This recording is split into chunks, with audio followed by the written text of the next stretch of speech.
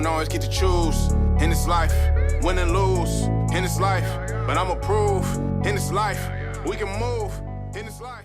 Samuel Bellemare, bienvenue au podcast. Salut, merci beaucoup de m'accueillir aujourd'hui. Of course, très content. Merci beaucoup pour ton ouverture, évidemment, de participer au projet. C'est super cool. Évidemment, tu as fait pas mal de routes ce matin. Tu es à Montréal. Parking situation, les gens se demandent tout le temps qu'est-ce qui se passe, mais il y a toujours plein d'options viables pour se stationner au bureau. Mais ouais, très content. Aujourd'hui, on fait plusieurs capsules ensemble. On parle de ton background, ton parcours, de l'entreprise, évidemment, Horizon Secure. Yes. C'est beau parce que tu as une niche qui est très intéressante, qui n'est pas assez parlée aussi, de l'utilisation, comment bien utiliser l'IA, se protéger par rapport à ça aussi au niveau business. Ouais. Fait qu'avant de tomber là-dedans, parle-moi un petit peu plus de ton parcours. Évidemment, comme je te disais, on va commencer par ton parcours dans les jeux vidéo, une petite passion commune. Oui. Fait que parle-moi de ça un peu. Quand j'étais jeune, école primaire, là, on remonte à loin. Là. Je jouais des jeux vidéo à mes amis. Ouais. J'ai vu mon sens de l'organisation qui a commencé à se développer à ce moment-là, finalement. J'avais mes petites feuilles avec le nom de la personne qui a loué, le jeu, la date de retour. Je l'avais vraiment organisé. Puis, je demandais à mes parents comment ça s'écrit. Fait que ça partait de très loin, une petite fibre entrepreneuriale. C'est venu naturellement. Puis, est-ce que tu dirais que le terme entrepreneur, c'était déjà dans ta tête ou c'était comme quelque chose que tu faisais pour le plaisir, puis là, ça t'amenait un petit peu d'argent? C'était quoi un peu la vision? Je pense que je m'en rendais pas compte. Ouais, c'est ça. Hein? Je pense vraiment que je m'en rendais pas compte. Mon père est entrepreneur. Okay. Fait que j'ai toujours baigné un petit peu là-dedans. Ouais. Ouais, t'as baigné là-dedans? Ouais, j'ai baigné là-dedans toute ma vie, je pense. Mon père était travailleur autonome, puis il l'a encore aujourd'hui. Fait que ça m'a montré un peu l'importance de bien traiter ses clients, l'importance d'avoir un bon sens de l'organisation, de la gestion. Servir sa clientèle, entretenir ses connexions. Mais ton père est dans quel domaine en ce moment? Mon père, présentement, il fait des plans de maison, dans le fond. Ouais, OK. Mais il a été musicien pendant comme 40 ans. Okay. J'ai été musicien un peu avec lui quand j'étais jeune. Okay. Mes premiers contacts avec, mettons, des clientèles, là, c'était dans des foyers de personnes âgées, à faire de la musique pour eux. C'est vraiment Ouais. T'avais-tu quel instrument que tu jouais? Je chantais à ce moment-là. Plus tard, là, j'ai développé la guitare, puis j'ai eu un band. Puis, c'est vraiment fun. Wow. Ouais, fait que t'avais moi, je trouve que l'entrepreneur aussi, c'est un peu une extension du côté artistique d'une personne. À quelque part. À différents niveaux, là, mais en plus, toi, t'étais littéralement un artiste avec une famille. Puis ta mère, elle faisait quoi dans ma mère, elle accompagnait mon père, dans le fond. Ah, très cool. Oui, okay. Faisait de la musique ensemble, des bars, des foyers de personnes âgées, des mariages, des choses comme ça. C'est bon. T'as-tu des frères et sœurs? Non, pas de frères et sœurs. Nice. Fait que c'est fun d'être baigné là-dedans, tu sais, puis c'est toujours une question que je pose, les parents font quoi, tu sais, savoir est-ce que c'est un mouton noir ou pas, puis dans ton cas, c'est le fun parce que je me demande, les discussions que tu avais à la table de cuisine, c'était-tu un petit peu envers l'entrepreneur, l'argent, la fibre business un peu, ou comment c'était? J'ai eu une éducation financière un peu à la dure parce qu'on n'était pas les plus riches du quartier, mettons. Fait que j'ai appris la valeur de l'argent quand même jeune, ce qui m'a emmené justement à penser à l'entrepreneuriat un jour, je pense. OK. L'importance de bien... de mettre ses œufs dans les bons paniers, de bien investir, de faire des bons moves. Placer. Pas dépenser inutilement.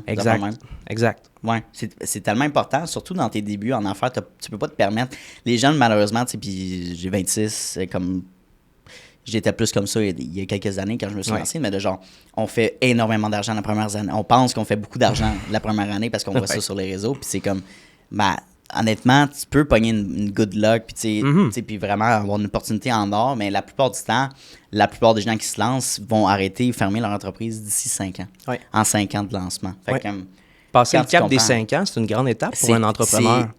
Pour vrai, oui, parce que c'est une preuve que, puis évidemment, à travers ces 5 années-là, c'est une preuve que tu as de la résilience, tu crois à ton projet, tu bâtis ton propre avenir. Fait que, puis des fois, je veux dire, des fois, t'es peut-être pas justement, c'est une réalisation que tu fais qu'après 2-3 ans, écoute, ça fonctionne pas. Peut-être que l'entrepreneuriat est pas fait pour toi. Ou peut-être que l'entreprise en tant que telle, le projet n'est pas fait pour toi. Il y a un X nombre de personnes qui ont lancé plusieurs entreprises, puis la 5e, la 6e a finalement fonctionné. Exact. Il faut savoir rebondir, il faut savoir se relever. Le cycliste professionnel, il est tombé lui aussi dans sa carrière. Fait qu'il faut juste apprendre à se relever finalement. 100%. Ouais. Fait que suite à ta location de jeux vidéo, qu'est-ce que t'as-tu essayé d'autres envergures? Oui, je vais tout de suite m'excuser à mes parents. Je faisais J'ai fait des maisons hantées dans mon sous-sol pour l'Halloween. Nice. Je tripais bien fort, là. Puis dans le fond, le sous-sol de mes parents, comment il est fait, c'est qu'on pouvait faire vraiment un parcours puis une sortie, une sortie puis une entrée qui était différente. Ouais. Fait qu'on faisait vraiment un parcours dans le sous-sol. On bouchait les fenêtres avec des oreillers. Ça faisait de la condensation. Je m'excuse, papa, maman. La grosse musique d'horreur qui marchait dans le tapis. Puis mes amis venaient faire un tour. Puis c'est fort, on leur faisait peur. Ouais. Puis là, évidemment, il y avait un prix d'entrée pour accéder. Ouais, il y avait une petite niaiserie. Là. Ça devait être des bonbons. Là. Ah ouais. Mais c'est cool. Fait que là, t'amenais plus le côté créatif. Ouais, exactement. Le côté immersif beaucoup. Là. Plus tard, dans ma jeunesse, j'ai travaillé justement dans des maisons hantées à essayer de plus organiser, on s'entend. Là. Mais j'ai travaillé dans des maisons comme ça, là, justement, pour faire de l'animation, si on veut. Puis fast-forward, dans ta vie plus adulte, t'as tombé dans quel domaine, précisément? Aujourd'hui, je suis paramédic. Donc, ça fait 10 ans que je suis paramédic. Puis là, je suis en start-up depuis avril, dans le fond, pour Horizon Sécure, mais j'ai eu une entreprise par le passé. Ça s'appelait Sachez quoi faire. Je donnais de la formation RCR et secourisme. Très cool. Okay. Donc, pendant 9 ans, j'ai eu ma business là-dedans, qui était certifiée avec la Fondation des maladies du cœur et de l'AVC. OK. Puis mon petit côté à toujours vouloir pousser un peu plus m'a emmené à devenir le plus jeune maître instructeur du Québec. Ah, félicitations. Donc, je formais les prochains formateurs, si on veut. Ouais, je comprends. Okay. Ouais. Fait que j'avais eu cette certification-là. Avec le temps, j'ai fermé cette entreprise-là. OK. Tu m'expliques un peu pourquoi? Qu'est-ce qui a créé cette transition-là? Oui, clairement. La COVID a fait mal. La COVID a fait mal à beaucoup de monde, je pense. Dans mon domaine, qui était de l'enseignement, je pouvais pas faire souffler des personnes dans un mannequin pendant le COVID. Là. C'est vrai. C'était impossible de faire ça. Ça a duré quand même un certain temps. Ben oui. Ça a fait mal à l'entreprise. Puis, raison professionnelle qui a viré autour de ça aussi. Ouais, okay. Finalement, j'ai quitté cette entreprise-là. Puis, j'étais en recherche toutes ces années. Okay. Toutes ces années, je pense que ça a pris 2 ans, avant que je retrouve une niche dans laquelle me placer comme entrepreneur. Bon. Oui. Quand tu parlais de rebondir. Tu as vraiment rebondi. Puis la niche, évidemment, de l'intelligence artificielle, c'est-tu venu, évidemment, de l'arrivée de tous ces outils-là? On en a parlé avant, là, mais c'est-tu venu de ça, un peu, cette passion-là? Je savais qu'un jour, j'allais relancer un projet. Oui, ça, c'était sûr. C'était comme inévitable. Ça, c'était sûr, c'était inévitable pour moi. Pourquoi? On va parler un petit peu de ça. Pourquoi choisir l'entrepreneur versus le format plus employé classique là, pour toi? Être son propre patron, pour moi, c'est la liberté. Pour moi, c'est ça qui te donne pleine des ailes, littéralement. Un peu de la liberté de mouvement, de ce que tu veux. Ouais. Puis avec le temps, j'ai compris, puis en lisant beaucoup de livres, par exemple, les livres de Robert T. Kiyosaki, qui a fait Père riche, Père pauvre, entre autres, qui a fait, justement, j'en écoutais un dans ma voiture en m'en venant. Là, un livre audio. Un livre audio, oui. Ma bibliothèque Audible s'en vient pas pire. C'est incroyable, ça en véhicule pour vrai. En véhicule, en passant à tondeuse, en faisant le souper, je me mets des livres audio. Puis, c'est un moment brain dead, c'est un moment qu'on n'a pas besoin de réfléchir. Fait que c'est le meilleur moment pour faire autre chose. Ouais. Puis, c'est ça. Fait que je savais que j'allais me relancer en entrepreneuriat. Je savais pas dans quoi. Je m'étais inscrit à l'université à ce moment-là. Un cours en entrepreneuriat. Ça allait pas assez vite à mon goût. J'avais pas tant besoin du papier au final. J'avais besoin des connaissances qu'il y avait à l'intérieur. Puis je suis allé chercher les connaissances que j'avais besoin. Puis sinon, j'ai appris à aller les chercher moi-même également. Puis quand j'ai vu les impacts que l'intelligence artificielle avait sur principalement les entrepreneurs, je pense, de pouvoir accélérer leurs projets, de pouvoir mieux organiser leurs projets. Je me suis dit, je vais m'éduquer là-dedans pour quand je vais être prêt à relancer un projet, au moins je vais savoir utiliser l'IA. Puis ça en est suivi que dans mon cours à l'université, ils m'ont dit la fameuse phrase « place-toi devant le marché ». Fait que place-toi dans les besoins de demain, finalement. Right. Avant-gardiste, parce que c'est quand même le fun que c'est surprenant que l'université t'a dit ça. Là. Exact. C'est cool. Là. Exact. Puis c'est une phrase qui m'était restée. Puis quand j'avais eu des petits projets entrepreneuriaux, que j'avais été présenté à des investisseurs, que j'avais présenté à des collègues, puis la seule question qui revenait, c'était comment tu as fait pour pondre ce document-là? comme une semaine. Ça venait... Là, on se situe en quelle année? Juste pour... On est en 2024, là. C'est l'an passé. Oh mon Dieu! Fait que tu vois, puis il y a encore cette... Oui. Ouais. Parce que là, je veux dire... En tout cas, je te laisse continuer, là, mais ouais, c'est intéressant. Okay. Puis finalement, dans le fond, c'est que tout le monde me demandait comment je l'avais fait, puis ils s'intéressaient pas au projet. Juste comment tu avais formulé. À ma manière de le faire. Interesting. OK. Oui. Okay. Mon organisation qu'il y avait autour, j'avais créé des prototypes en images avec ChatGPT à l'époque, qui était capable de faire des images potables. Correct, ouais, c'est ça. Donc, c'est ça. J'ai compris que les questionnements n'étaient pas sur mon projet, mais ils étaient sur comment je m'étais rendu au projet. Fait que j'ai compris assez rapidement que c'était peut-être là ma niche. Fait que je me suis dirigé vers l'intelligence artificielle. Incroyable. C'est fou parce que en un an, comment mon utilisation personnelle a changé. Parce que, tu sais, je veux dire, je suis à l'université, je fais mon bac en ce moment en administration, puis je veux dire, tous les étudiants l'utilisent. C'est tellement plus performant aussi pour être plus efficace dans nos travaux. Puis juste au niveau de l'étude aussi, dans le sens, tu peux créer une discussion. Là, je prends le chat parce que je connais principalement ça, là, mais tu crées une discussion, tu dis, pour mon cours de ressources humaines, voici tous les documents que j'ai compilés avec la grille de notation, par exemple, du professeur, les informations pertinentes, les examens, les notions, tu drops tout ça là-dedans. Tu poses des questions, puis là, il va se fier à ces documents-là, right, pour te formuler une réponse ou une aide d'étude qui fait du sens. Fait comme, exact. OK, attends, là, ça, c'est le petit basic use là, de ce qu'on pense pouvoir utiliser. C'est la version 2.2 des cartes qu'on se faisait pendant notre secondaire. Hein? Oui, les petites feuilles de notes. Les petites cartes avec une question puis la réponse à l'endos pour se faire des questionnaires maison. Ben, l'IA est capable de le faire aujourd'hui pour nous. Puis c'est ça. Puis ce que je voulais dire, c'est qu'il y a un an de ça, je l'utilisais quand, une fois de temps en temps, tu sais, comme... Là, c'est tout le temps un onglet sur mon ordinateur, tout le temps, on the side. Application directement en widget sur mon cellulaire, comme quand je pose une question. Ben oui. C'est de base, puis je pourrais pas m'en passer. C'est comme... c'est incroyable. Fait que, tu sais, juste pour dire comment ça a changé un peu Et je sais pas, comment on est plus productif au niveau du travail en tant que personne aussi, là. Oui. Fou. Moi, je l'utilise souvent, là, juste du brainstorm.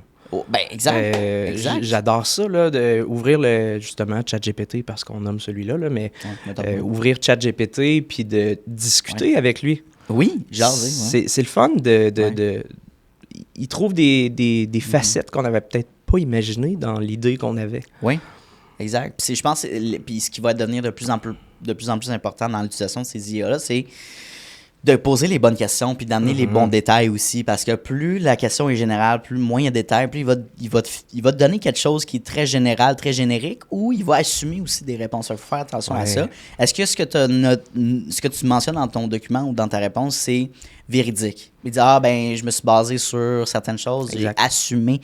Puis là, c'est juste de dire, assume pas, puis prends vraiment des informations. Puis on peut tous se faire prendre, là. On peut tous se faire prendre. Les hallucinations, ça s'appelle des hallucinations. Ce que tu viens de nommer, ça s'appelle une hallucination. C'est l'intelligence artificielle n'est pas capable de trouver la réponse. Fait qu'il va en inventer une qui serait très plausible. Puis il va te faire croire à tout prix qu'il y a la bonne réponse. Exact. Fait que c'est facile de se faire prendre au jeu parce qu'il est convaincant, là. C'est très facile. D'où l'importance de savoir prompter, de savoir écrire bien écrire les correctement. Bien prompter, plus le prompt, le prompt, c'est dans le fond c'est ta demande, c'est ton request, là, j'ai juste en anglais. La demande à chat, là, par exemple. Là. Ta demande, la petite fenêtre de chat, finalement. Ça, c'est le prompt qu'on met à l'intérieur de ça. Mais plus le prompt est de qualité, plus le produit fini va être de qualité, puis va être précis pour ce que tu recherches. C'est comme de déléguer une tâche à un employé. Si tu lui dis pas comment tu veux la tâche, puis c'est quoi l'objectif, puis comment tu veux qu'il procède pour aller faire cette tâche-là, le produit fini sera peut-être pas ce que tu t'attends. Fait qu'il faut être clair, il faut lui donner les informations nécessaires pour qu'il puisse faire un bon travail. Parce qu'au final, mettons, je te donne l'exemple d'écrire un courriel. On pourrait dire, écrire un courriel pour dire que le micro-ondes dans la salle de lunch est brisé, puis je vais l'envoyer à mon boss. On pourrait dire ça. On pourrait aller beaucoup plus loin en lui disant, dis-y aussi que je peux aller l'acheter, je peux. Puis au final, si on avait juste parti de la base qui était le micro-ondes est brisé, c'est un exemple parmi tant d'autres, si on était parti juste du micro-ondes est brisé, on aurait eu un courriel qui est très générique, qui n'est pas personnalisé, puis qui n'est pas ce qu'on recherche finalement. Tu sais, juste au niveau du ton aussi. Exact. C'est pas comme ça que je parle. Fait que un petit peu moins formel, plus humain, puis en même temps, plus tu y parles aussi, plus il va adopter ton ton d'écriture. Fait que ça, c'est une valeur de continuer à y donner de l'information, puis d'y parler, juste de jaser qu'est-ce que t'en penses selon les informations, c'est juste de discuter avec la personne. Ben, au final, la personne qui s'est pas promptée va peut-être arriver au même résultat que moi qui s'est prompté. On va arriver au même résultat, mais le cheminement pour arriver au résultat va être très différent. Moi, je vais le faire en 1 ou 2 demandes, lui, il peut le faire en 25. Voilà. S'il sait pas bien exposer sa demande à l'IA. Exact. Puis, tu sais, c'est ça, évidemment, on a parlé de. Il y a Chat, il y a Claude, Gemini, tu sais, t'en as plein, là, mais. Copilot aussi. Puis, c'est à savoir. Je pense que c'est ça. Là, on parle pas des spécialisés. Il y en a pour la photo, il y en a pour la vidéo, il y en a pour. Puis, tu sais, c'est comme. Il y a chacun a sa propre spécialité. Puis, on dirait que ça devient un peu chaotique dans le sens que lequel qui est bien. Utilisable pour mon domaine d'activité ou pour moi, pour ma vie en général. Est-ce que c'est d'avoir tous les abonnements possibles ou de spécialiser dans un? Fait que bref. C'est difficile de suivre le rythme de l'intelligence artificielle. Right. Ça va super vite. Exact. C'est incroyable comment ça va vite.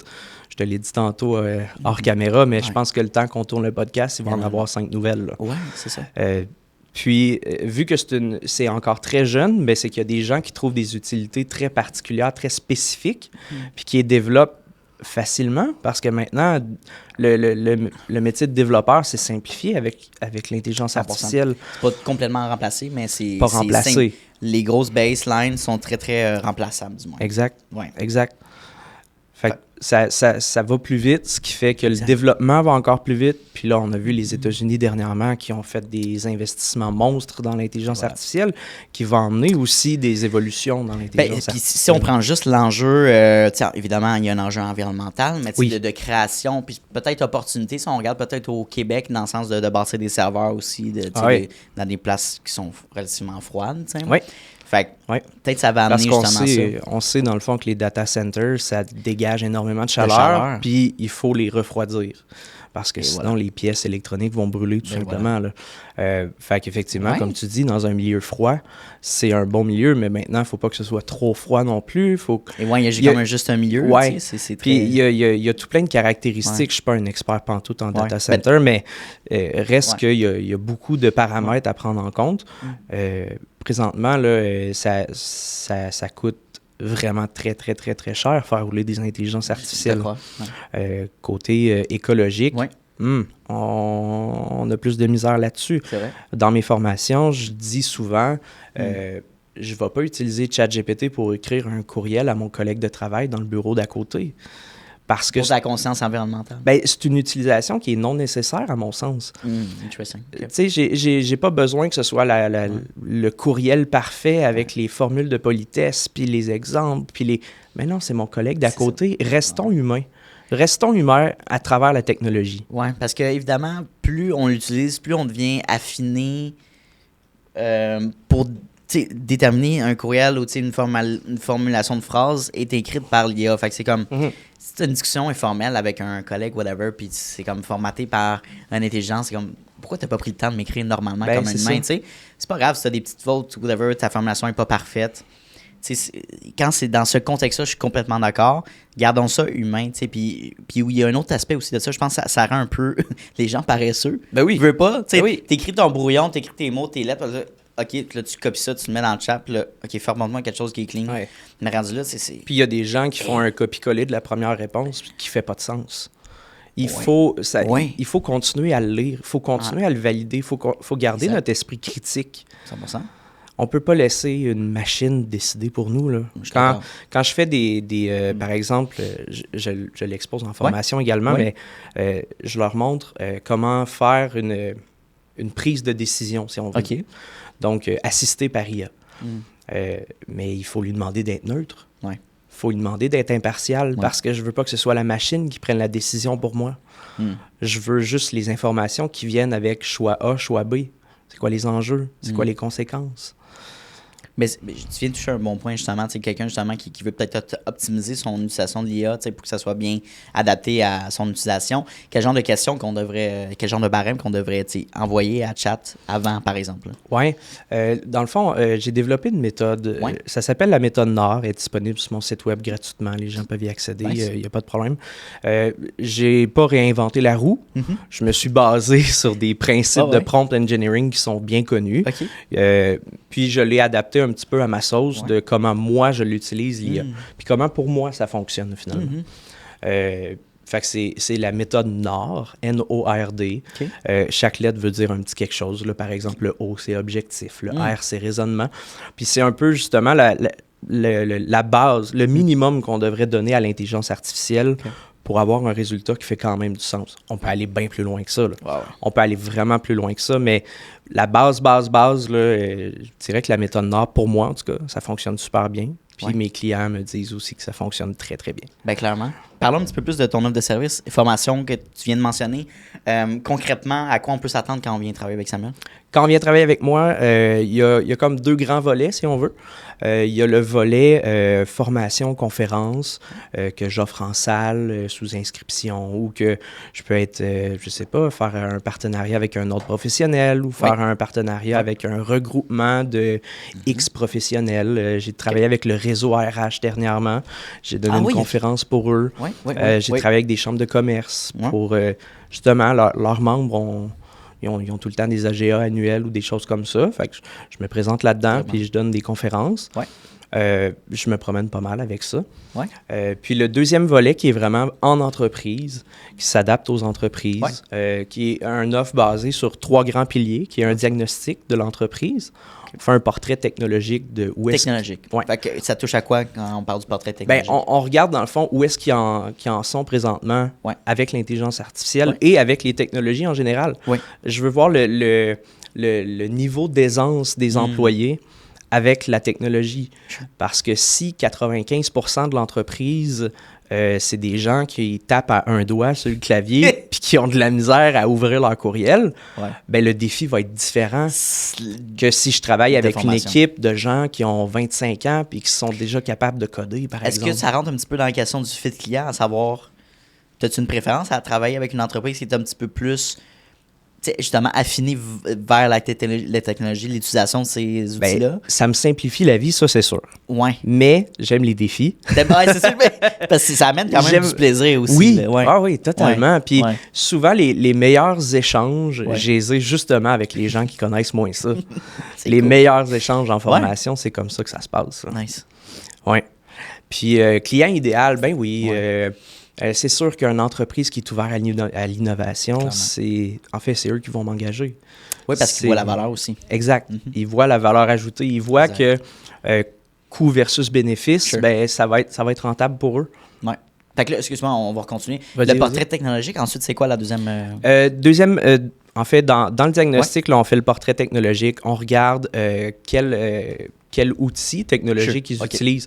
Par exemple, Acomba, pour de la comptabilité, QuickBook, des choses comme ça. Qu'est-ce qui est connecté ensemble ou qu'est-ce qu'on peut... Ben, en fait, c'est ça. C'est que c'est tous des outils qui sont individuels, si on veut, mais que c'est possible de créer des connexions entre quand on se donne la peine de le faire. Oui, ben, il faut le savoir puis prendre le temps de le faire. Oui, c'est ça. C'est de créer une passerelle entre 2 applications qui, à la base, ne se parlent pas. Puis c'est à ce moment-là qu'on parle d'automatisation, dans le fond. C'est qu'on crée des connexions inexistantes. Là. Puis au Québec, précisément, il y a un gros transfert d'entreprises, d'entrepreneurs, de boomers, justement, qui déplacent des entreprises, que c'était encore des fichiers Excel, puis peut-être même pire que ça. Fait que... d'utiliser ces outils-là, d'optimiser son utilisation, de comprendre aussi, puis juste des connexions. On parle de QuickBooks. J'utilise QuickBooks, j'utilise aussi Zoho, CRM. Connecter, c'est des bons outils. C'est incroyable, mais c'est de comprendre l'utilité puis de dire... Puis je pense que le frein à implanter ces nouveaux outils-là puis bien l'utiliser, je pense que c'est l'apprentissage au début, tu sais. Avoir la peur de dire, écoute, il faut s'asseoir pendant une couple de jours, une couple de semaines peut-être, pour optimiser notre système. Même si on est habitué puis ça fait longtemps qu'on le fait, on sait que long term, là, c'est la solution. Mais les entrepreneurs, on dirait qu'on on le dédain un peu d'arrêter de diminuer la production. Ça. Ouais. Diminuer la production, il n'y a aucun entrepreneur qui veut faire ça. C'est ça. Mais il faut voir le bénéfice à long terme, comme tu dis. Voilà. Comme tu dis, je le dis à mes clients, là, en fait, c'est s'ils donnent le droit à leurs employés de vraiment explorer, ce qu'ils devraient faire selon mes recommandations, mais s'ils donnent vraiment le droit aux employés d'explorer puis de travailler avec l'IA, parce que c'est en travaillant avec qu'on réussit. Oui, je donne la formation. Oui, je donne des prompts qui pourraient bien fonctionner dans leur contexte, tout ça. Mais tant que tu n'as pas été joué avec, tu le sauras pas. Puis la grande difficulté, c'est pas de l'utiliser, mais c'est d'identifier les tâches avec lesquelles on peut être assisté. Si tu n'as pas le petit déclic dans ta tête de te dire « Ah ouais, c'est vrai, l'IA pourrait m'aider à faire ça », bien déjà là, il faut emmener ce réflexe-là chez les gens. C'est de faire comprendre, voici la solution qu'on peut amener avec l'implémentation de ça. Exact. J'ai un autre sujet que je voulais discuter avec toi, c'est à quel niveau on peut truster un peu le partage de nos données. C'est sensible à ces IA-là. On parle de chiffres, d'informations, de noms, de dates, whatever. De donner ces documents-là puis de formater quelque chose, c'est après... À quel point on peut faire confiance, disons, à ça?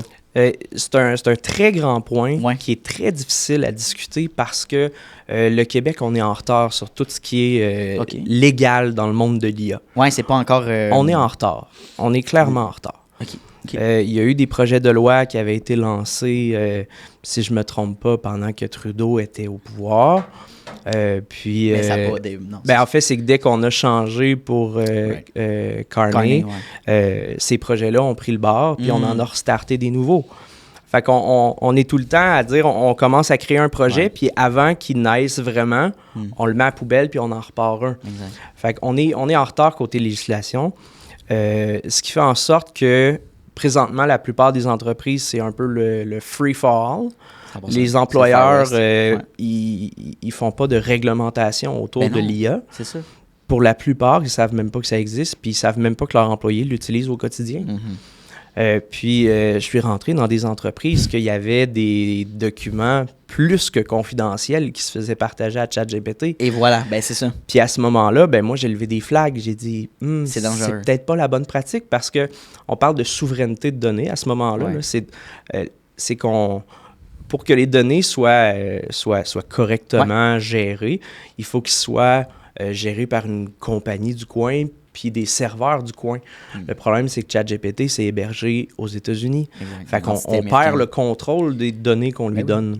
Tu envoies des données sensibles à un autre pays. Là. Exact. Fait que moi, quand je l'utilise, tous les noms qui sont à l'intérieur, c'est Monsieur et Madame Tremblay. Parce que j'anonymise mes informations que je vais lui donner. J'ai fait un podcast avec une avocate en droit des affaires. Puis c'est Jennifer Gay. Super cool. Puis tu sais, j'ai dit, est-ce que tu as des clients qui demandent des fois de formater un contrat d'actionnaire, tu sais, puis de sauver des coûts à travers Puis mettons, eux, ils t'envoient comme un premier formatage avec chat, puis après vous faites la vérification. Puis elle dit oui, mais ça reste une perte de temps, puis on peut pas se fier sur les données parce que des fois, il va mettre une clause qui est pas à bonne place, qui est pas bien écrite. Fait que oui, il va faire comme un bon formatage, une bonne idée, mais est-ce que c'est légalement bon de 100% se fier, de créer ton contrat, que ce soit avec tes clients, que ce soit avec tes actionnaires?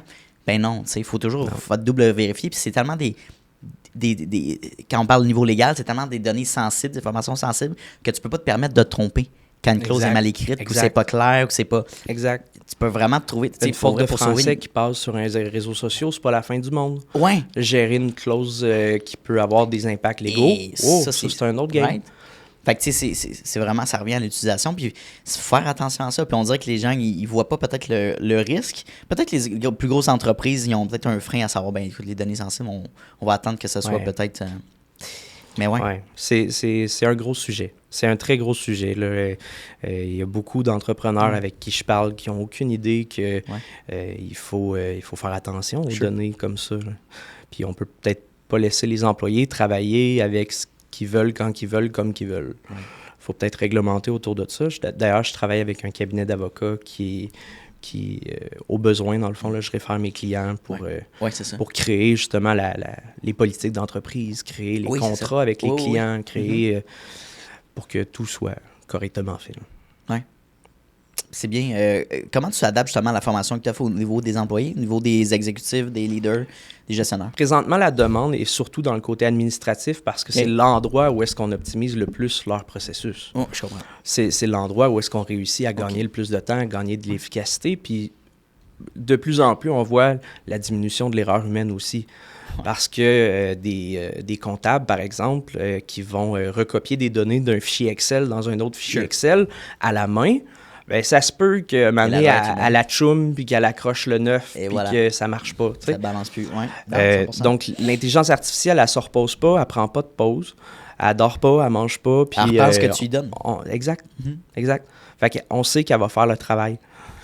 C'est justement dans cette optique-là que les travailleurs dans l'administration, surtout, gestion-administration, je dirais, là, c'est eux qui ont les plus grands bénéfices présentement. Là. Est-ce que tu penses que justement de pousser justement les formations, l'éducation à travers ça, ça fait un peu un frein aussi au niveau des employés peut-être plus seniors. Tu te dis, hey, j'ai l'impression de me faire tasser par l'IA, de faire changer mes responsabilités.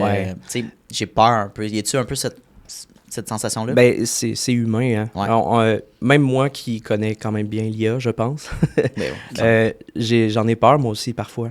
Ça arrive. Quand je vois des nouveautés que des intelligences artificielles ont menti délibérément à des humains pour ses gains personnels, oui, ça fait peur. Maintenant, on est capable de travailler, de cohabiter avec cette machine-là, finalement, cet assistant-là. Je pense que les bénéfices sont plus importants que les problèmes qui en ressortent. En tout cas, pour le moment. Pour le moment. Pour le moment. Tu sais, il y a tellement de films, là, on saute sur un autre sujet qui est quand même drôle puis intéressant, là, mais tous les films de science-fiction qu'on a vus, je pense à iRobot, mettons. Tu sais, puis là, il y a un nouveau robot maison que tu peux acheter puis qui t'aide justement dans tes tâches ménagères, puis c'est pas... c'est optimal, mais on voit dans quel genre de futur qu'on va aller, tu sais. Je me demande, est-ce qu'on va vivre un peu ce genre de problématique-là qu'on voit dans les films, où il va y avoir une gestion saine, tu sais, on est tellement dans l'inconnu en ce moment, je trouve, là, avec ces outils-là. Je suis assez convaincu qu'on va le vivre, nous, là, de notre vécu. Ouais, je pense que parce que j'ai vu des conférences, j'en ai vu beaucoup, là. J'ai été au MTL Connect cette année, qui avait des conférenciers d'un peu partout dans le monde. C'était super intéressant. Puis, dans le fond, on parlait beaucoup de l'avenir, de qu'est-ce qui s'en vient dans les prochaines années. Puis, on parle que l'intelligence générale, l'intelligence artificielle générale, qui finalement est au même niveau que l'humain, pourrait faire les mêmes tâches qu'un humain comme un humain. Donc, conduire puis parler en même temps, des choses comme ça. Ça, c'est une intelligence artificielle générale. Les scientifiques, en ce moment, ils s'entendent pas. On s'entend, c'est des prédictions, là. Fait que ça peut pas être très clair dans le temps. Mais il y a des gens qui parlent de 2026, puis il y en a qui parlent de 2030. Fait que ça s'en vient. Ça s'en vient très vite. Puis au moment où est-ce qu'on va atteindre cette intelligence artificielle générale-là, on va aller vers la super intelligence qui, elle, va être plus performante que l'humain dans pas mal tous les domaines. 100%. Puis ça va aller très vite, je pense. Parce que justement, les recherches s'accélèrent avec l'intelligence artificielle générale. Fait que ça va être des grandes poussées dans le monde de la santé. Ça va être des grands changements de sociétal. Tout le marché de travail. Le marché du travail va chambouler tout ça. Va se réorganiser. Je pense évidemment, les tâches plus physiques, automatiques, répétitives vont être remplacées. On parle des gens au niveau de l'usine. Ça s'est vu. En ce moment, c'est en train de se transférer. Totalement. Mais je vais te laisser finir parce que j'ai une prochaine question intéressante. Moi, je compare ça un peu à l'ère industrielle. C'est un peu ça. Tout le monde était réticent au changement. Tout le monde disait « Hey, ça fait peur, j'ai pas le goût que les machines me remplacent. » Puis finalement, avec le temps, toi, aujourd'hui, est-ce que tu te départirais des machines qui sont dans les usines? Non. Ben non. Mais non, parce que ça a apporté un changement dans la société. On s'est trouvé des nouveaux métiers. On a maintenant besoin d'ingénieurs, on a maintenant besoin de techniciens qui font rouler ces machines-là. Je pense que l'intelligence artificielle va emmener une restructuration du marché du travail. Je pense que c'est quelque chose qui se répète dans tu regardes dans les journaux aussi des années 1900, quand il y avait tout le temps des nouvelles inventions, sorties de technologie avec la télévision, même juste quand le premier véhicule est sorti, quand les Ford sont sortis, puis c'est rendu généralisé de remplacer un cheval. Des industries d'entretien de chevaux, puis là, c'est de transitionner ça, puis ils croyaient pas que ça allait être une bulle, puis que c'est ou juste les plus riches qui ont accès. Puis finalement, évidemment, tout le monde a accès à un véhicule, là, fait que c'est c'est vraiment spécial. Puis je me demande un peu... C'est une révolution. Ben oui, fait que, tu sais, allez voir un peu ce qui s'est passé dans l'histoire. Tu sais, évidemment, tout ce qui s'est passé dans l'histoire est différent, mais ça reste des grandes thématiques qui se répètent. Fait que les nouvelles innovations, ma vraie question aux gens qui nous écoutent, puis à toi, c'est plus comment un employé qui regarde ça aller, qui dit, moi, je me sens perdu un peu, comment je peux pour garder mon edge sur le marché, garder une valeur ajoutée sur le marché. Ouais. Tu vois ce que je veux dire? Oui, clairement. Je vais reprendre les mots de Rob Thomas de IBM, qui est le directeur commercial, si je ne me trompe pas, de IBM, qui a dit à maintenant en entrevue, je vais essayer de le citer vraiment par cœur, il a dit quelque chose comme les gestionnaires ne se feront pas remplacer par l'IA, mais le gestionnaire qui utilise l'IA va remplacer celui qui ne l'utilise pas. OK, j'aime ça. Okay. Donc, je pense pas qu'on va supprimer le métier de gestionnaire. On va l'optimiser. Puis la personne qui refuse de faire ce changement technologique-là, la personne qui est réticent à 100%, éventuellement pourrait perdre son emploi parce que la personne à côté d'elle va réussir à faire le même travail en moitié moins de temps, va réussir à le faire de manière plus efficace, va réussir à le faire sans erreur. Fait que je pense vraiment que toutes les connaissances autour de l'intelligence artificielle, c'est des connaissances que tout le monde devrait acquérir, peu importe le domaine. Peu importe le domaine. Penses-tu que ça va toucher littéralement tous les domaines possibles, les industries? Je suis pas mal sûr que mine, oui. là, par exemple. Je suis pas mal sûr que oui. Je te donne un exemple. J'ai un ami qui est électromécanicien. Qui, au début, quand je lançais mon entreprise, je me disais... Lui, s'il y en a bien un que je pourrais pas convertir, c'est lui parce que il y en a rien à faire de l'intelligence artificielle. Puis, je jasais avec la semaine passée, puis il m'a dit, je suis arrivé dans une bâtisse, puis il fallait que je répare un système d'aération, puis ça datait de l'Antiquité, le système qu'il y avait là. Puis il dit, j'ai jamais vu ça à l'école, j'ai jamais vu ça. Il dit, je savais pas c'était quoi, je savais pas comment le réparer. Il l'a pris en photo, il l'a donné à ChatGPT, puis il a tout compris le système. Pour vrai? Absolument. Aussi simple que ça. Aussi simple que ça. Fait que, tu sais, oui, effectivement, je pense qu'à peu près tout le monde devrait se former à l'intelligence artificielle. Oui. Puis plus qu'on attend, plus la marche est haute. Ben, je peux dire, si on prend l'aspect aussi entrepreneurial, t'as comme pas le choix, tu sais, de toujours te réinnover, réinventer, d'être aguerri justement à ces nouvelles fonctionnalités-là, puis d'aller l'utiliser toi-même, parce que du moment que tu le fais pas, t'arrêtes d'innover. Je veux dire, un nouveau compétiteur va prendre tes parts que tu laisses de côté. Fait que, tu sais, ça vient avec, mais du contexte employé, je pense que c'est un petit peu plus effrayant. Puis je pense de le voir comme une opportunité et non comme un démonisé. Exact. Déshumanisé aussi. Déshumanisé, oui. Puis je fais le parallèle un peu avec mon travail de paramédic là-dedans. Mon travail de paramédic, je rassure les gens. Oui, j'ai des actes à poser. Oui, je fais je mets des high gel, je fais du RCR, je donne des chocs, je donne des médicaments, je fais tout plein de choses. Mais une grande majorité de mon travail, c'est de rassurer les gens. J'essaie un peu de faire la même chose avec l'intelligence artificielle. Plus c'est vulgarisé, plus qu'on utilise une bonne pédagogie autour, moins ça fait peur. C'est vrai. Moins ça fait peur. Plus on est formé. Parce qu'on a peur de ce qu'on connaît pas. Ah, man, tellement. C'est vrai. Oui. Ça s'adapte à tout, littéralement. Puis d'être formé, d'être bien éduqué, puis d'accompagner les gens, de faire comprendre justement la bonne utilisation de ça. Puis, tu sais, je veux dire. Puis je pense que moi, ce que j'adore de ça, c'est que là, comme je te dis, évidemment, je suis dans le système d'éducation. Puis là, tu vois qu'il y a un chamboulement. Parce que les professeurs ne peuvent pas régisser ça non plus, l'utilisation. Ils peuvent dire, faites attention, tu sais, comme. Mais en réalité, je veux dire, 99,9% des étudiants utilisent un certain pourcentage l'IA pour être plus performant dans c'est pour vrai, là. Fait que, rendu là, qu'est-ce que ça force? serait stupide de ne pas l'utiliser. Ça serait stupide. Puis c'est quand Internet est venu généraliser, quand Wikipédia est sorti, ça a été le même talk. Fait que je pense que ça va forcer là, on prend des situations, les institutions éducatives, à repenser aux méthodes d'évaluation. Comment on évalue les étudiants, puis que ça soit plus personnalisable. Tu sais, que d'offrir un template classique, la petite feuille à papier, répondre aux questions, choix de réponse. Faut peut-être quelque chose de plus intéressant que ça, parce que l'IA, je veux dire, ça prend une fraction de seconde pour trouver tes réponses. Est-ce que je pense que le par cœur ne sera pas aussi valuable, parce que le par cœur est accessible maintenant dans nos poches. So, what's next? Pour vrai, on va développer, je pense, d'autres choses que les notions... Puis là, je ne veux pas dire pour certains métiers comme avocat, docteur, ingénieur, il y a des notions... Ça reste nécessaire. Mais je suis en marketing. Ah oui. Il y a des études qui ont montré que les intelligences artificielles ont diminué les taux d'erreur diagnostique chez les médecins. Interesting. Ouais. Il y a eu des stats là-dessus qui sont sortis. Je les ai pas en tête comme ça, là, mais... Probablement qu'un docteur va prendre le temps aussi de dire j'ai des questionnements, voici mon diagnostic, qu'est-ce que tu en penses, il y a telle chose, y a-tu d'autres choses que j'ai pas identifiées, que j'ai pas pu. Ça amène quand même c'est sûr qu'il y a une utilisation aussi qui est faite en interne par eux. Là, Puis les médecins ont beaucoup à gagner, je pense, avec tout ce qui est prise de notes puis rédaction. Oui. Ils passent beaucoup de temps avec de la paperasse. On s'entend, on le sait, on le voit dans les médias. Puis on le voit quand on va chez le médecin, que le médecin, il y en a des fois qui décrochent même pas leurs yeux de l'écran parce qu'ils prennent des notes tout le long que tu lui parles. C'est vrai. Ça enlève un peu le côté humain en arrière de ça.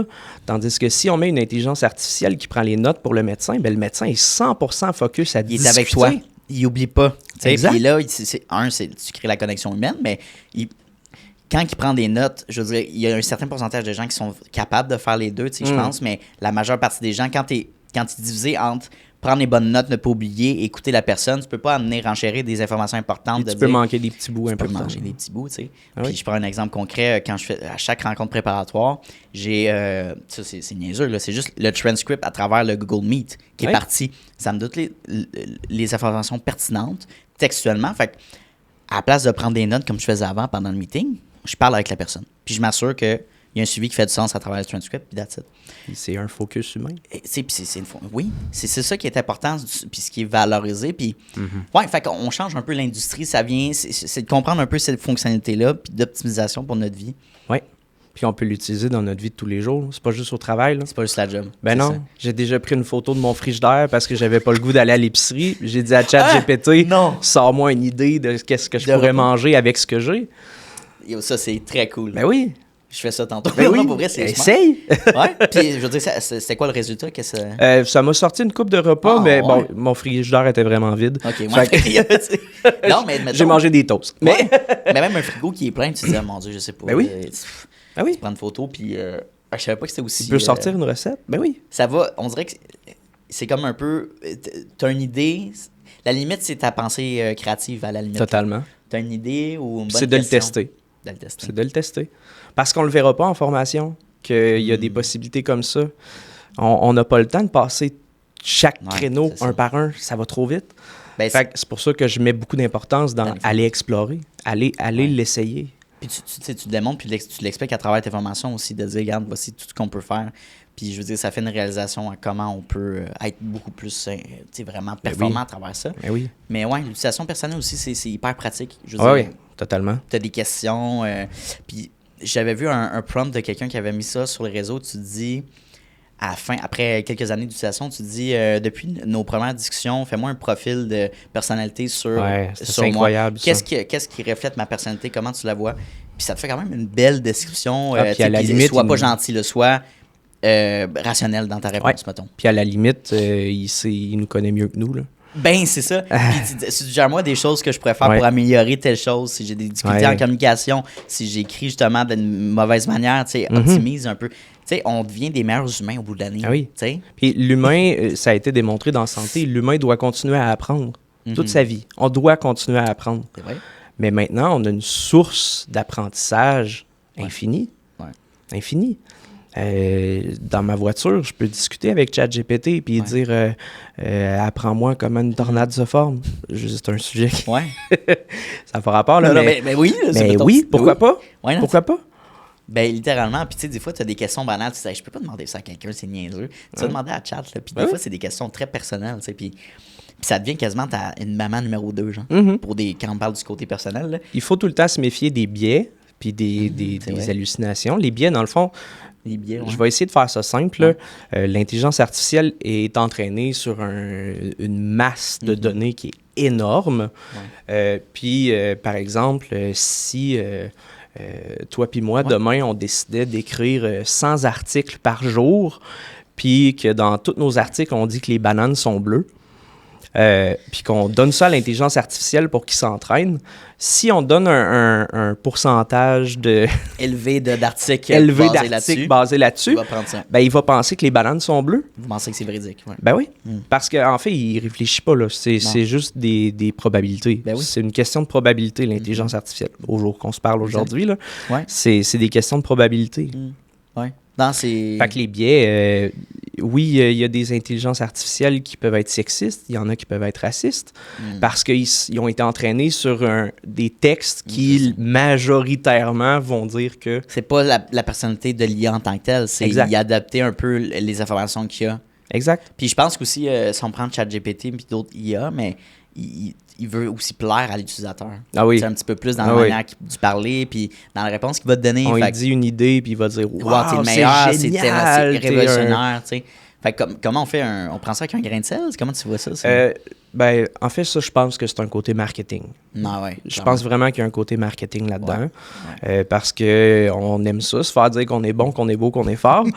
Fait que si l'IA nous le dit, on a peut-être plus tendance à l'utiliser. De se faire approuver. Il y a des personnes, comme moi y compris, que ça énerve. Ouais, clairement. Moi, j'haïs ça, là. Je préfère qu'il soit critique. Oui. Je préfère qu'il soit dur avec moi. Mais ça, tu peux lui demander? Absolument. Absolument. Par exemple, ChatGPT, là, dans le petit coin, il me semble, à gauche, en bas, on peut aller lui donner des instructions de base de comment discuter avec nous au quotidien. On pourrait lui dire « Appelle-moi mon maître à chaque fois que tu me parles », puis ça fonctionnerait. Exact. Oui, c'est vrai. Ouais. On fast-forward un petit peu, là, mais évidemment, je prends l'exemple pendant la pandémie, les applications de livraison de nourriture, comment ça a explosé. Avant ça, on se déplaçait et on allait chercher notre bouffe là, au resto puis whatever. Puis on dirait que les gens sont évidemment... ça leur fait plaisir de payer un montant supplémentaire juste pour se faire livrer chez nous. Même sortir de chez nous, puis tu as des restaurants proches, tu te fais livrer par quelqu'un, puis... On dirait que de plus en plus, d'après moi, on crée un petit peu une petite paresse physique de déplacement, puis de rester connecté, mais déconnecté aussi des gens. Fait que j'ai un c'est petit peu difficile de trouver un équilibre. Ouais. C'est difficile de trouver cet équilibre-là. Parce qu'on va toujours chercher la facilité. Hein, exact. Mais ChatGPT est capable de faire des très bons plans alimentaires. Il est capable de faire des très bons programmes d'exercice physique au quotidien à la maison. C'est vrai. Fait qu'il faut juste avoir la conscience de se garder humain. J'ai une question plus générale de podcast, là, mais Horizon Secure, le nom, parle-moi un petit peu de ça. Je me le fais demander souvent. Horizon, moi, je vois ça comme l'avenir. À l'horizon, c'est ce qui s'en vient, c'est loin ou proche, peut-être. Mais c'est ça. Puis, Secure, parce que j'ai une grande pensée pour tout ce qui est cybersécurité aussi. Là, on a parlé beaucoup de l'intelligence artificielle, de la formation, l'accompagnement en entreprise, tout ça. Mais j'ai un grand volet cybersécurité également dans l'entreprise parce que je pense qu'on ne peut plus aujourd'hui dissocier les deux. Oui, ça vient avec. Ça vient un peu avec. La cybercriminalité est en hausse incroyable. C'est rendu, mondialement, c'est rendu que ça flirte avec les chiffres de la vente de drogue. Là. Wow. Fait que c'est énorme, la cybercriminalité. C'est énorme. Puis les gens pensent que c'est un jeune de 14 ans avec une capuche sur la tête dans son sous-sol qui lit des mangas. C'est plus ça. C'est plus ça. C'est plus ça. C'est rendu organisé. C'est rendu professionnel, finalement. C'est des équipes de cybercriminalité. Puis je pense que tout passe par l'éducation, côté cybersécurité surtout. Je te donne l'exemple. Si les personnes ne savent pas qu'on peut cloner la voix de quelqu'un assez facilement avec l'IA, comment s'en protéger? Si tu ne sais même pas que ça existe. Si tu ne sais pas que le requin est capable de te manger une jambe, ça se peut que tu sautes puis que tu le trouves cute puis que tu essaies de le flatter. Parce que tu ne le sais pas, c'est de l'ignorance.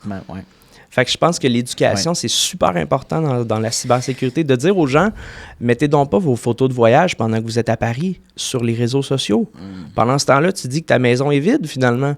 Puis il y a des bots intelligents, des bots, des robots, là, des intelligences artificielles qui scannent, finalement, les réseaux sociaux à la recherche de ces choses-là. Tu as raison, puis ça, c'est banal, puis ça fait longtemps aussi qu'on en entend parler, justement de... Quand tu es en voyage, c'est de faire attention à ça, mais juste le fait de cloner une voix, on reçoit tous des scam calls, mais de plus en plus, ça devient vraiment très, très pointilleux, puis ils sont vraiment... sont bons, honnêtement. Là. Mais, puis c'est fou parce que cloner une voix... C'est ça, j'avais vu une vidéo justement, quelqu'un qui a passé proche de se faire frauder. Puis souvent, il vient targeter des gens un petit peu plus âgés, puis un certain groupe de personnes. Mais il dit, écoute, puis là, il t'appelle, mettons, il t'appelle toi, Samuel. Puis là, il pose pas de questions. Fait qu'il prend un sample de... Tu dis, allô, qui parle? Puis après, ça raccroche, mettons. Fait qu'il prend juste un sample de ça. Du moment que tu as un petit peu de contenu sur les réseaux, tout le monde est affiché sur les réseaux, il va aller faire un profil de toi. Fait qu'il peut juste recopier, comme tu dis, cloner ta voix. Et après, il peut appeler, hey, je sais pas, ton grand-père, ta grand-mère. Il dit, hey, j'ai besoin de tel argent, j'étais en accident. Absolument. Tu me verrais ça. Absolument. Puis ils vont dire, ben oui, c'est sa voix. Puis j'ai emprunté le numéro de téléphone de mon ami. J'invite les gens à aller écouter le film Beekeeper, si je me trompe pas, avec Jason Statham. À l'intérieur, on voit justement une organisation de cybercriminalité où est-ce que il y a une dame qui se fait frauder, puis que ça... Bon, là, on s'entend, c'est un film d'action, là, fait que ça finit par exploser de partout, puis tout. Mais le côté cybercriminalité est très réaliste dans ce film-là, malheureusement. Ouais. Malheureusement. Fait que comment t'amènes la cybersécurité un peu pour protéger justement la clientèle que tu accompagnes? Tout passe par l'éducation, comme je te disais. Ouais. Fait que je pense que c'est un peu un couteau à double tranchant. De dire aux gens les possibilités d'arnaque, ça peut en inspirer à aller faire cette chose-là, à devenir tannant, finalement. Aussi, oui. Ou ça peut aussi inspirer à se protéger. Mais je pense que si on... En fait, à chaque fois qu'on parle de cybersécurité, ils sont déjà 2-3 coups d'avance. Tu sais, l'industrie de la cybercriminalité est déjà 2-3 coups d'avance sur tout le monde. Ouais. Fait que de dire aux gens, mettez pas votre mot de passe 1, 2, 3 bananes, ben, je pense que c'est la base. Je pense que c'est la base. C'est step one. Puis de dire, si tu trouves une clé USB dans le stationnement, mets-la peut-être pas dans ton ordinateur. My God, oui. Comme... Mais il y en a qui le font. Il y en a qui le font. Malheureusement. Puis après, tu te demandes... Puis utiliser un gestionnaire de mots de passe, je pense que c'est rendu une obligation. Si tu veux pas, en fait... Ah oui, le gestionnaire de mots de passe, c'est génial. Même... Tu retiens un mot de passe qui est super complexe, mais tu le retiens. Sure. Puis il stocke tous tes mots de passe complexes pour toi. Oui, puis c'est ça que j'avais... C'est Julien Testarnois que je te parlais pendant notre rencontre, puis lui, il suggérait un coffre-fort numérique. Ouais. C'est un peu ça, là, dans le sens, c'est littéralement un coffre-fort, puis tu as accès en visuel, puis tu as un notepad, puis tu inscris justement tes codes ou tes informations en place de l'écrire dans ton cellulaire ou sur le papier ou c'est quelque chose qui est sensiblement possible. Dépendamment des gestionnaires de mots de passe, il y en a qui ont le coffre-fort intégré. Tu vois, c'est protégé. Fait que ton passeport, tes cartes d'assurance maladie. Tellement. Pourquoi pas les prendre en photo puis les mettre dans un coffre-fort numérique? Et voilà. Mais c'est d'être... Je pense ce qui est difficile, c'est d'être avant-gardiste. Puis les gens, ils se disent, ouais, mais ça m'arrivera pas. T'sais. Ah ouais, mais... Si on se sent en sécurité, c'est qu'on n'est pas assez éduqué. Non, c'est ça. c'est clairement ça. On regarde juste ce qui s'est passé il y a quelques années avec la banque... Desjardins. Ouais. Ça a été un vol massif. Ça, c'est de l'argent concret. Je dirais... je pense que c'est des données qui ont été volées. Des données, oui. Exact. Puis tu sais, il y a la plupart des personnes ne réalisent pas que leurs données sont déjà en circulation. Oui, c'est ça. Ouais. On est déjà connus sur le web. On a un compte Facebook avec des photos de nous, avec des informations personnelles de nous. Exact. On a peut-être un compte Desjardins, puis nos informations ont circulé. Ouais. On a... Et puis, il y en a plein d'autres qui ont été fraudés. Là, on parle de Desjardins parce qu'il a été beaucoup médiatisé, mais il y en a eu à plus petite échelle aussi. Là. Ah, 100%. Des attaques. Fait que ton vieux courriel que tu as créé là, quand tu étais jeune, là, ouais.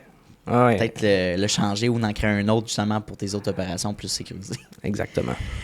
Donc, c'est intéressant. Parle-moi on va parler un petit peu plus Attical Objectif 2026. Si on se situe en décembre 2026, là, parce qu'on enregistre en décembre 2025, où est-ce que tu aimerais être rendu avec Horizon Secure?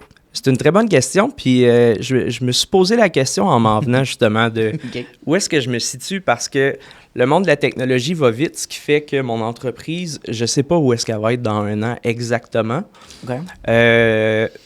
Clairement, je me vois encore dans l'éducation, je me vois encore dans les mêmes créneaux avec une plus grande équipe. Ouais. Présentement, je travaille pratiquement seul. Ouais. Il y a ma conjointe qui m'aide aussi. J'ai travaillé un peu avec des sous-traitants au besoin. Mais éventuellement, j'aimerais ça me diriger vers une équipe pour justement répondre à un plus grand volume parce que la mission, finalement, d'éduquer les gens puis de leur faire passer cette barrière technologique-là, je pourrais pas l'accomplir seul. Mais non. Je peux pas l'accomplir seul. C'est impossible. C'est développer une équipe à l'interne, dans le fond. Tu vas aller Exact. chercher puis peut-être plus de collaborateurs, mais faire Exact. scaler les opérations. Exact. Ben, je pense que c'est le fun aussi de voir un peu ce que les entrepreneurs, eux, ont comme objectif, comme vision aussi long terme. Parce que tu peux avoir une vision de bâtir une entreprise avec des employés et tout ça, puis il y en a qui vont rester plus à small level, tu sais, savoir moi je suis bien comme solopreneur, whatever. Fait que chacun a sa propre réponse, ça fait un lien avec les dernières questions que je vais te poser tantôt. Ouais. Vision de succès, puis comment tu veux être comme entrepreneur. Puis tu vois, là, en ce moment, je travaille avec une dame qui a une entreprise, je pense qu'elle a 2 employés. Puis je travaille quand même avec elle pour intégrer peut-être des systèmes. On tente le terrain sur qu'est-ce qui se ferait, puis on part de loin parce que c'est notre client, c'est sur des petites cartes qu'elle met dans un petit contenant à cartes. Oh, wow, OK. Il n'y a même pas d'ordinateur qui gère son CRM, qui gère ses clients. Là. On est vraiment old school. Puis je trouve ça bien, elle veut faire un pas technologique. Elle s'intéresse à ça. C'est difficile, puis je sais que c'est difficile, d'où l'importance de mon entreprise, je pense. On part de la base, je les tiens par la main, puis on s'en va vers quelque chose. On va se fixer des objectifs sur le chemin, puis on va essayer de les atteindre.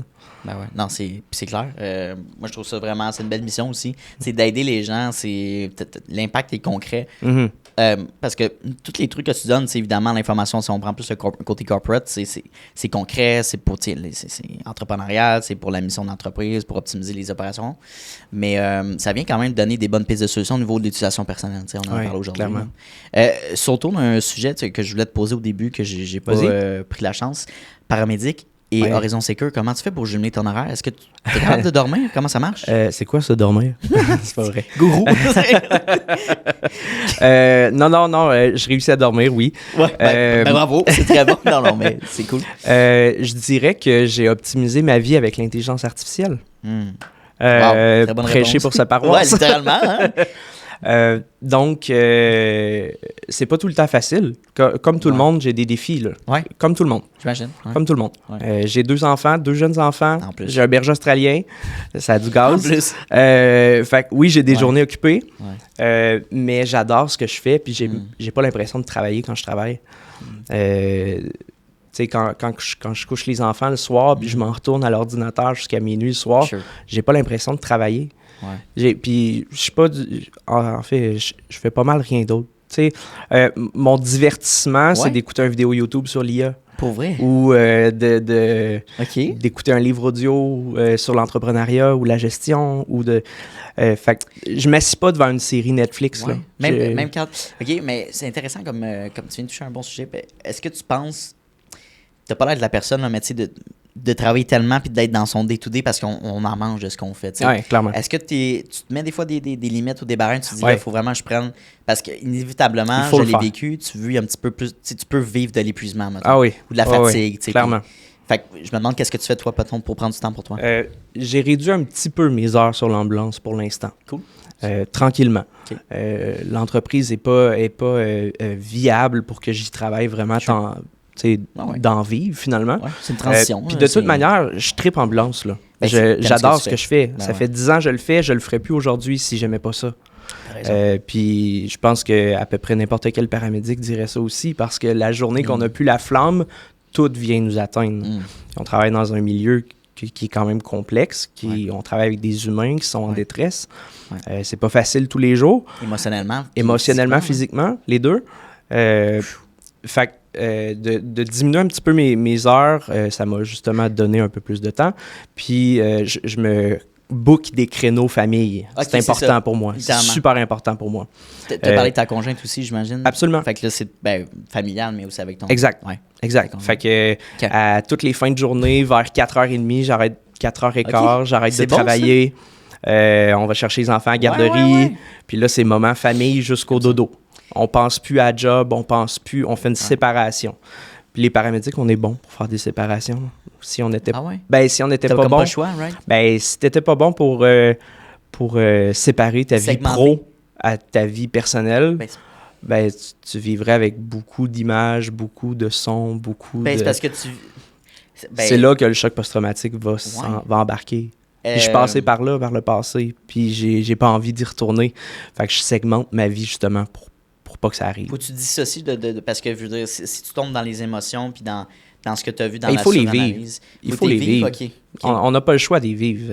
C'est pas mieux de mettre évidemment un voile, là? Non. Ouais. Faut en parler entre nous. Je comprends. Fait qu'il y a heureusement, je suis dans une entreprise où est-ce qu'on fait beaucoup de débriefs. Quand il y a un appel difficile, les équipes vont en parler. On en parle ouvertement. Il n'y a pas de gêne, il n'y a pas de tabou de dire ben oui, j'en ai vécu une toffe aujourd'hui. Ben oui, je suis allé chercher quelqu'un qui est décédé dans tel contexte. Puis on en parle entre nous. C'est important de C'est important de le faire. C'est super important de le faire. Puis c'est ce que je faisais pas dans le passé. Au début. Puis un peu pour ça que j'ai été en arrêt pour un choc post-traumatique pendant 1 an. OK. Ouais. Non, c'est difficile, j'imagine juste le métier. Puis des fois, j'ai eu des discussions avec des policiers aussi, par exemple, policiers policières, qui rentrent dans une maison, un décès, ça fait une semaine que le monsieur est là. J'en ai vu. C'est ça. Puis et voilà, tu sais, fait que je me demande, au tout début, c'est sûr que c'est effrayant, puis tu as vécu le stress, l'effet post-traumatique, mais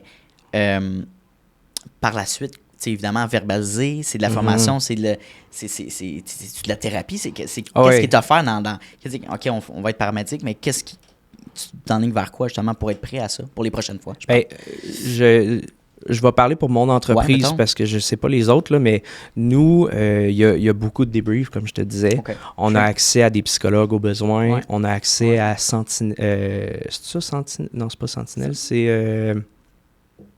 J'ai oublié le nom. D'aide, dans le fond? Oui, dans le fond, c'est ça. Cool. On peut appeler, c'est des psychologues de l'autre bord qui sont spécialisés, qui connaissent notre métier, puis qu'on pourrait aller en thérapie à l'interne aussi, au besoin. Qui est vraiment un endroit qui est destiné pour, si je ne me trompe pas, police, pompiers, ambulance et militaires. Parce qu'on vit tous des choses... en fait, on vit plus de choses traumatisantes que la plupart des gens. Oui. La plupart des gens vont en vivre quoi? 1 ou 2 dans leur vie? Nous, on vit ça par semaine. Fou. Fait que, t'sais... Pour le commun des mortels, on dirait qu'on regarde ça, puis c'est comme l'esprit guerrière, tu sais. Je veux dire, le contrôle émotionnel que tu dois avoir. Puis mais je pense que oui, sur le moment, mais tu sais, t'es dans l'action. Mais je pense que c'est le retour quand évidemment, ce matin, tu fais pas de débrief, tu retournes chez toi, puis t'es comme... Ben, c'est là que ça sort. C'est là que ça sort, souvent, hein? C'est qu'il faut pas que ça sorte quand t'es tout seul. L'adrénaline tombe. Quand l'adrénaline... Le nombre de fois que j'ai pleuré à la fin d'une intervention, je les compte pas, là. Je les compte pas. Moi puis mon partner assis sur le bumper de l'ambulance, à se brailler dans les bras l'un l'autre, puis c'est arrivé, là. C'est arrivé, là. Ouais. Ben écoute, on n'a pas passé beaucoup de temps dans l'entrevue pour parler de... Mais je trouve que c'est inspirant de finir là-dessus parce que je sais pas, c'est tellement un travail qui est demandant, puis je me dis, écoute, toi, tu vas encore plus loin, tu te dis, écoute, je mixe l'entrepreneuriat en plus de ça. C'est son lot d'émotions aussi. L'endroit où est-ce que je travaille, je ne vais pas nécessairement dire où, là, mais l'endroit où est-ce que je travaille, on n'a pas un volume d'appels comme à Montréal.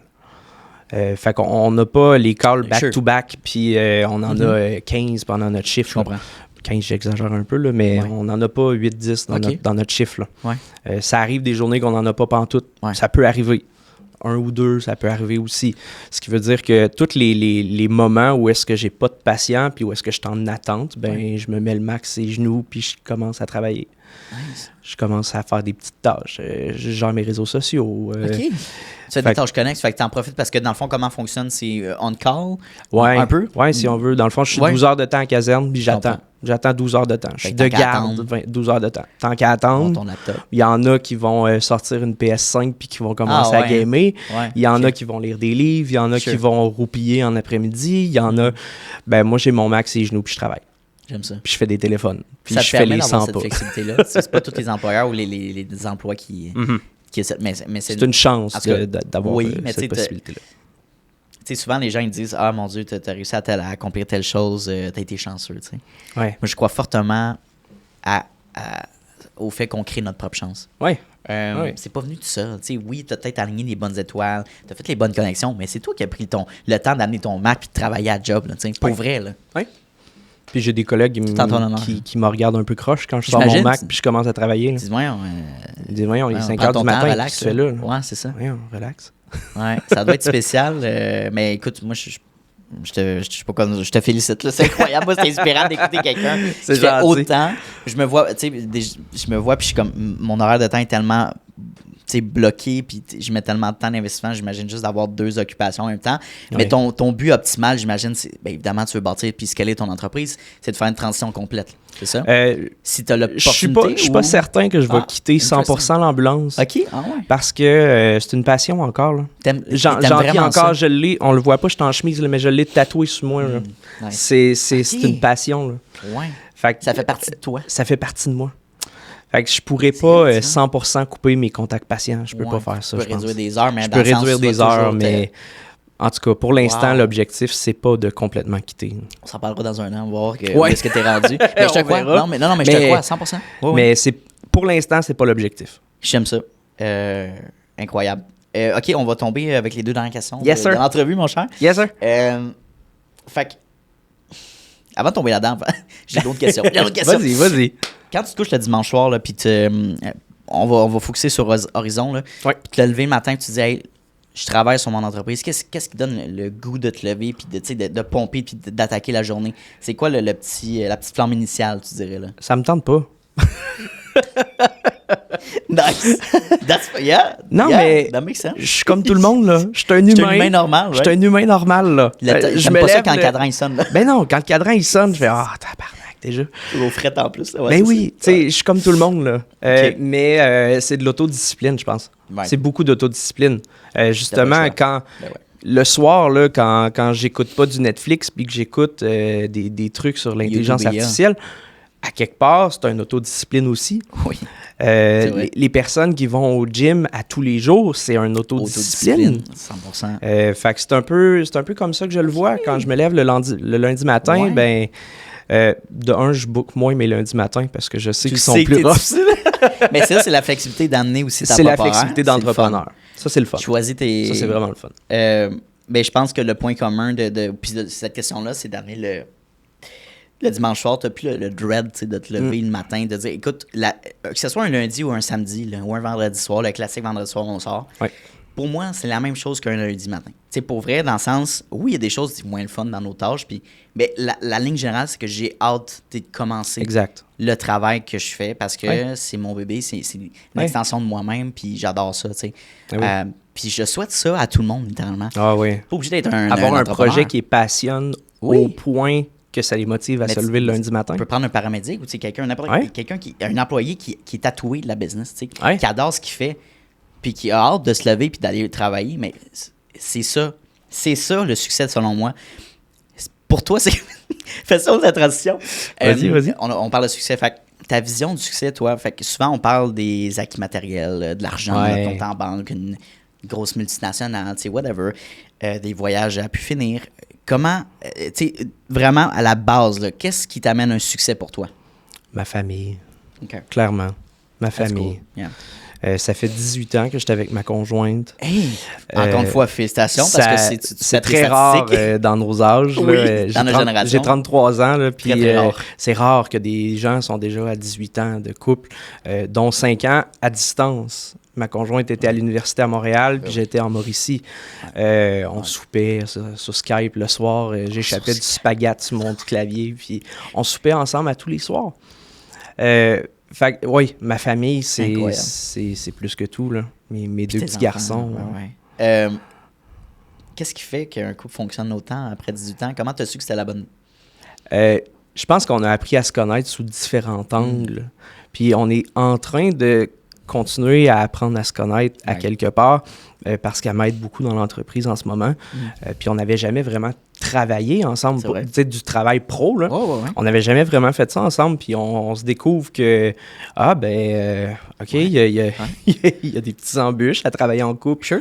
Oui, il y en a toujours. Parce qu'elle, elle peut voir quelque chose, une situation différente que toi, tu la vois, tu sais. Oui. Puis j'ai découvert un côté impatient de ma conjointe que je connaissais pas parce que je pense que j'ai un petit TDAH qui est caché en arrière, non diagnostiqué. Fait que quand je pars dans ma bulle, ça la fâche, puis là, elle tombe impatiente. Mais j'avais jamais vu ça dans le passé, parce que si je tombe dans la bulle pendant que j'écoute un film, elle s'en rend même pas compte. Là. Dans ton contexte de travail. Mais dans le contexte de travail, ça change, puis on apprend à se connaître sous un autre angle. C'est le Ça, fun. on se dit les succès en couple, là, c'est souvent la communication. La clé. Ouais. Mais en réalité, Oui. c'est quoi une bonne communication aussi? Je pense que Ouais. c'est de se comprendre puis de le prendre le temps. Tu sais, des fois, chacun des couples qui existent sur la Terre a des conflits. Ben oui. Puis je pense que c'est d'être patient, prendre le temps de jaser avec la personne. Tu sais, dans le Oui. moment, si t'es trop émotionnel, un des deux, prends un temps, puis Oui. mais aller ramener la discussion après, de savoir, OK, j'ai pas aimé ça quand tu m'as dit ça. Tu sais, la prochaine fois, qu'est-ce qu'on peut faire?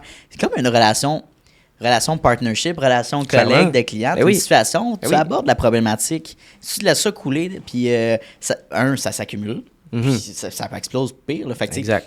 mais des fois, c'est de mettre notre ego de côté. Puis Puis honnêtement, ouais. je pense pas qu'on s'est déjà vraiment chicané.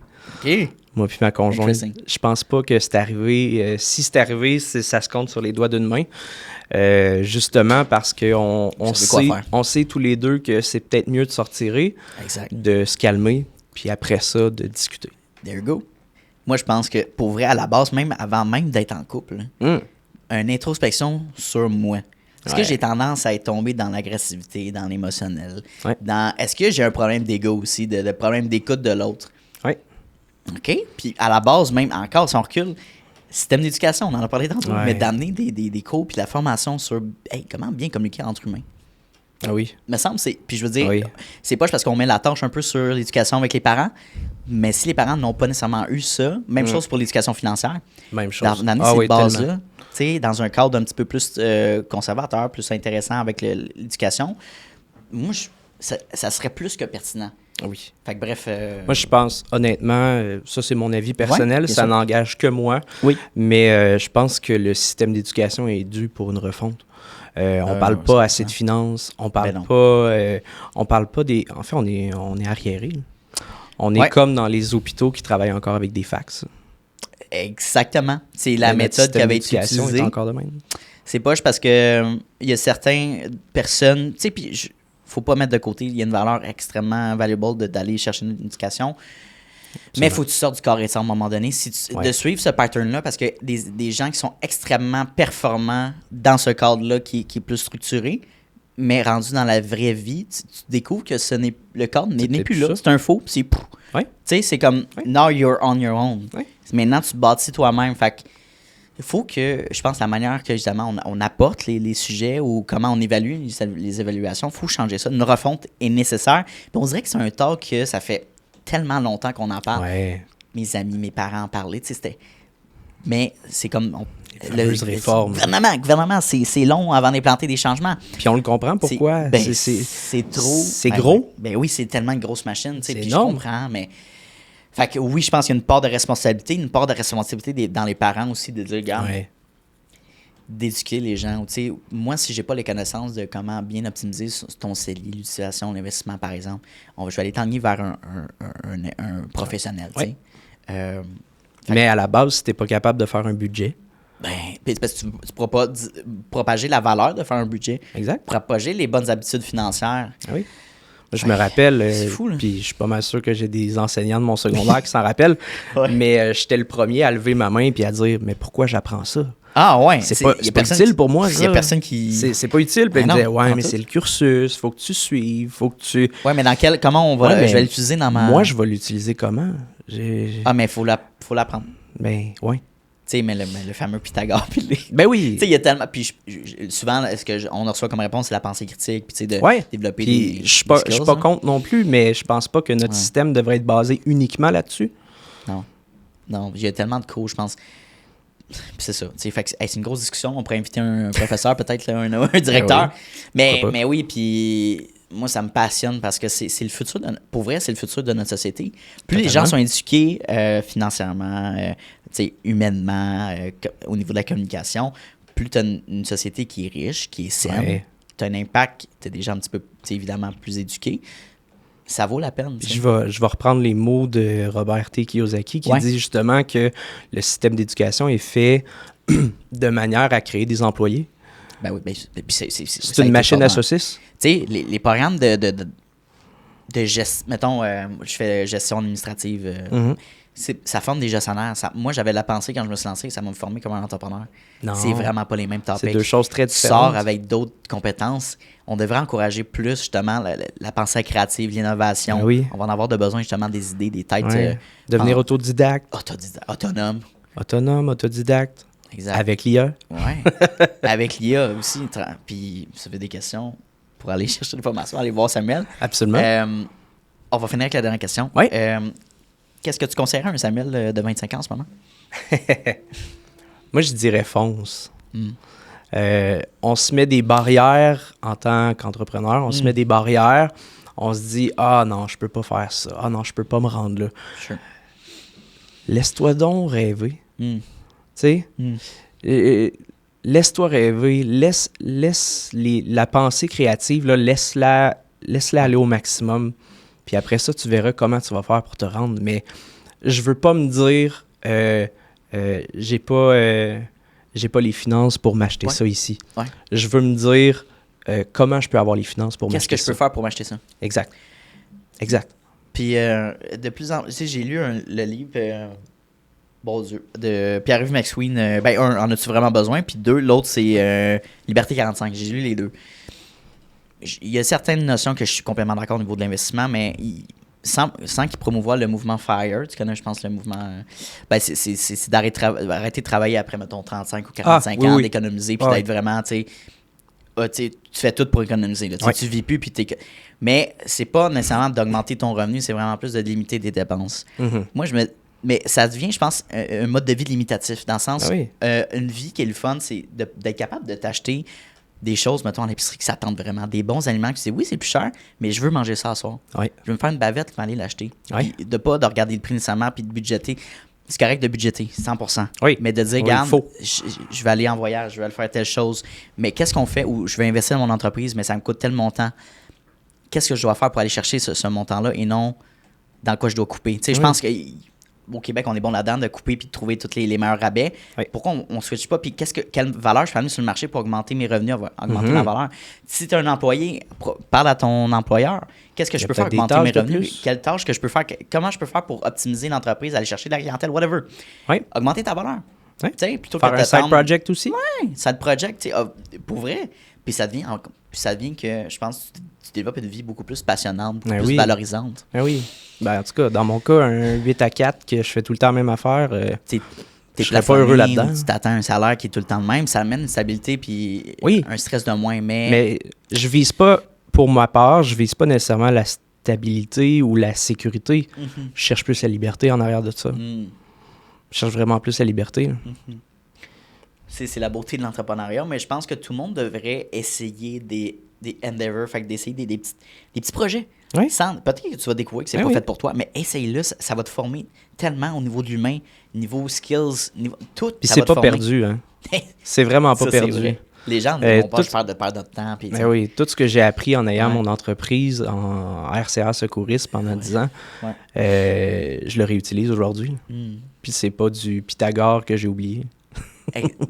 Voilà, tu sais, mon Dieu, moi je me demande, je me rappelle juste au primaire les fameuses tables de multiplication que je pleurais à table à souper avec ma mère et mon père, j'arrivais pas à me rentrer ça dans la tête, les petits carnets, là. J'étais vraiment mauvais, là, puis les profs, ils disaient, tu sais, vous allez pas avoir votre calculatrice dans vos poches, là. Mais oui. Tiens, rendu là, c'est... En tout cas, on va pas revenir sur cette discussion-là, c'est intéressant. Mon Dieu, Samuel, j'aurais fait une autre heure parce qu'il y a tellement d'autres sujets qu'on pourrait discuter. Fait que, ce que je te propose, c'est que dans un an, on se revoit. Ça va me faire plaisir, mon cher. Ça va être super sharp. On va voir où est-ce que tu es rendu. Est-ce que tu es rendu justement à développer ton équipe, les employés peut-être, plus de collaborateurs, le scale, peut-être la mission, la vision est différente. Puis un projet entrepreneurial, c'est fait pour évoluer. Exact. Le plan d'affaires au début, c'est le fun. Mais il faut être capable de le modifier, puis il faut être prêt à effacer certains passages, puis à peut-être changer la formule, puis optimiser peut-être ses opérations. S'adapter au marché. S'adapter au marché de la demande. Puis toujours aimer ce qu'on fait. Ça a été incroyable comme expérience. Comment t'as aimé ta visite aujourd'hui? J'ai adoré. C'était le fun de jaser avec toi. Thanks, man. J'apprécie vraiment. Fait que où est-ce qu'on peut te contacter pour faire affaire avec toi, collaborer? On peut aller sur mon site web, horizonsecure.ca. On peut toujours y aller par téléphone aussi, 819-489-0828. Fallait que je réfléchisse. Puis on peut contacter à info@horizonsecure.ca. Pas d'accent, bien sûr. Contactez Sam, ça vaut la peine. Merci. Merci. Hey, salut, ça fait déjà la 2e fois qu'on se voit dans cette même vidéo-là. Donc, merci de ton attention, puis merci de ta discipline, parce que c'est un mince pourcentage des gens qui sont capables d'écouter du début de l'épisode jusqu'à la fin. Donc, merci beaucoup de ta discipline. Ça démontre énormément de motivation de ta part et bien sûr d'un aspect important de l'entrepreneuriat que oui, la motivation c'est important, mais la discipline c'est encore plus important. Donc, merci de ton attention. La meilleure manière que tu peux me repayer pour ce podcast-là, c'est tout simplement de repartager le podcast dans des Instagram Stories, d'en parler avec tes amis, d'envoyer le lien à tes amis. Hey, Mathis, va donc écouter cet épisode-là, c'est super intéressant. Ça vaut de l'or, puis ça va me permettre d'aller faire croître le podcast à un niveau exponentiel. Donc, merci beaucoup pour ton aide et ton intérêt pour le podcast. Et bien sûr, on se revoit la semaine prochaine dès jeudi midi pour un nouvel épisode. Donc, bonne journée à toi.